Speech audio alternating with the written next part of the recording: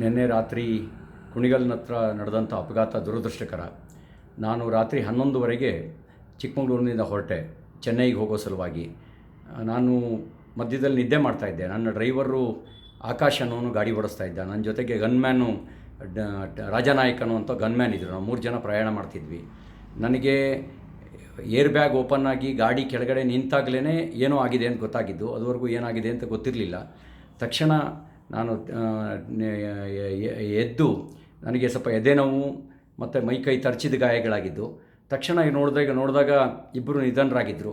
ನಾನೇ ಸ್ವತಃ ಆಂಬುಲೆನ್ಸಿಗೆ ಫೋನ್ ಮಾಡಿ 3-4 ಬಾರಿ ಬೇರೆ ಬೇರೆ ರೀತಿ ಫೋನ್ ಮಾಡಿ ಪೊಲೀಸಿಗೆ ಕಾಂಟ್ಯಾಕ್ಟ್ ಮಾಡಿ, ಪೊಲೀಸು ಸಬ್ ಇನ್ಸ್ಪೆಕ್ಟ್ರು ಆಂಬುಲೆನ್ಸ್ ಬಂದ ನಂತರ ಗಾಯಾಳುಗಳನ್ನು ಮತ್ತು ಮೃತರನ್ನು ಸ್ಥಳಾಂತರಿಸಿದ ನಂತರ ಪೊಲೀಸು ಸಬ್ ಇನ್ಸ್ಪೆಕ್ಟ್ರಿಗೆ ಹೇಳಿ ನಾನು ಬಂದು ವಿಕ್ರಮ್ ಆಸ್ಪತ್ರೆಯಲ್ಲಿ ಪ್ರಥಮ ಚಿಕಿತ್ಸೆ ಪಡೆದು ರೆಸ್ಟ್ನಲ್ಲಿದ್ದೀನಿ.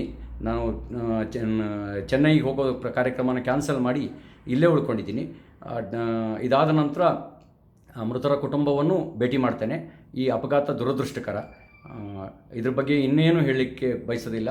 ಅವರ ಕುಟುಂಬಕ್ಕೆ ದುಃಖ ಭರಿಸ್ತಕ್ಕಂಥ ಶಕ್ತಿಯನ್ನು ಭಗವಂತ ದಯಪಾಲಿಸಲಿ ಅಂತ ಅಷ್ಟೇ ಪ್ರಾರ್ಥಿಸ್ತೇನೆ.